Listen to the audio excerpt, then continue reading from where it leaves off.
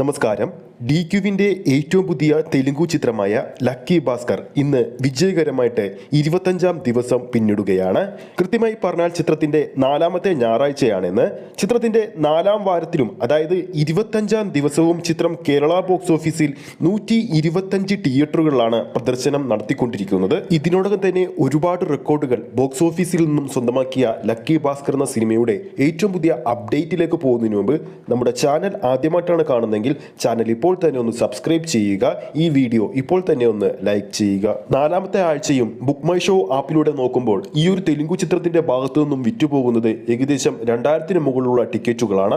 2024-ൽ 4ാമത്തെ ശനിയാഴ്ച ഏറ്റവും അധികം ടിക്കറ്റ് വിറ്റുപോകുന്ന തെലുങ്കു സിനിമകളിൽ ലക്കി ഭാസ്കർ ഇപ്പോൾ 3ാം സ്ഥാനത്ത് എത്തിയിരിക്കുകയാണ്. ഈ പറഞ്ഞ ലിസ്റ്റിൽ ആദ്യ സ്ഥാനത്തുള്ള തെലുങ്കു ചിത്രം കൽക്കിയാണ്. 2ാം സ്ഥാനത്തുള്ളത് ഹനുമാൻ. 3ാം സ്ഥാനത്താണ് ലക്കി ഭാസ്കർ ഉള്ളത്. അതായത് ചിത്രത്തിന്റെ 4ാം ശനിയാഴ്ച ബുക്ക് മൈ ഷോയിലൂടെ മാത്രം വിറ്റുപോയത് 35,000-ൽ പരം ടിക്കറ്റുകളാണ്.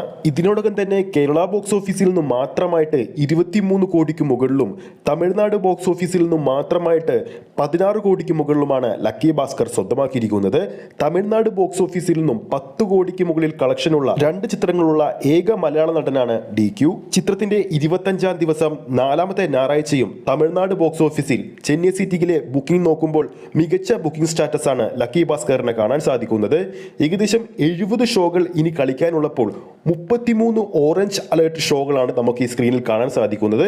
ഒരു ഹൗസ്ഫുൾ സ്റ്റാറ്റസ് നേടിയ ഷോ കൗണ്ടും നമുക്കിവിടെ കാണാൻ സാധിക്കും. പുറത്തുവരുന്ന മറ്റൊരു കളക്ഷൻ റിപ്പോർട്ടുകൾ പ്രകാരം ചെന്നൈ സിറ്റിയിൽ നിന്നും മാത്രമായിട്ട് ലക്കി ഭാസ്കർ ഇതുവരെ സ്വന്തമാക്കിയിരിക്കുന്നത് 2.5 കോടിക്ക് മുകളിലാണ്. കൂടാതെ കർണാടക ബോക്സ് ഓഫീസിലെ കളക്ഷൻ റിപ്പോർട്ടുകൾ പുറത്തു വരുമ്പോൾ ലക്കി ഭാസ്കർ സ്വന്തമാക്കിയിരിക്കുന്നത് 10 കോടിക്ക് മുകളിലെന്നാണ് പുതിയ റിപ്പോർട്ടുകൾ സൂചിപ്പിക്കുന്നത്. കേരളത്തിന് പുറത്ത് ദുൽഖറിനുള്ള റീച്ച് എത്രത്തോളം ഉണ്ടെന്ന് ഈ ഒരു മറ്റു ഇൻഡസ്ട്രികളിലുള്ള കളക്ഷൻ റിപ്പോർട്ടിൽ നിന്നും വ്യക്തമാണ്. DQവിന്റെ വൻപൻ ഹൈപ്പിലെത്തിയ കൊത്തേ എന്ന സിനിമ പരാജയപ്പെട്ടപ്പോൾ ഇനി ഒരു തിരിച്ചുവരവ് DQക്ക് ഉണ്ടാകുമെന്ന് പലർക്കും സംശയമുണ്ടായിരുന്നു.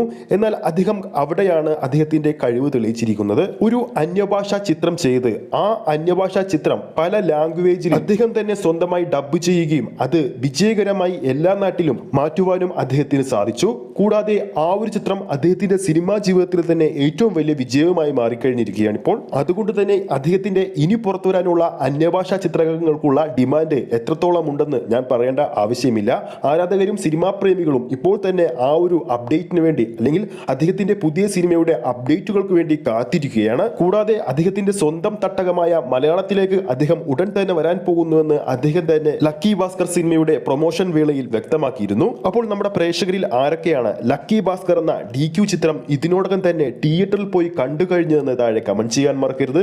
നിങ്ങളുടെ അഭിപ്രായം കൂടി രേഖപ്പെടുത്തുക. വീഡിയോ ഇഷ്ടപ്പെട്ടെങ്കിൽ വീഡിയോ ലൈക്ക് ചെയ്യാനും ചാനൽ സബ്സ്ക്രൈബ് ചെയ്യുന്ന കാര്യം കൂടി പരിഗണിക്കൂ.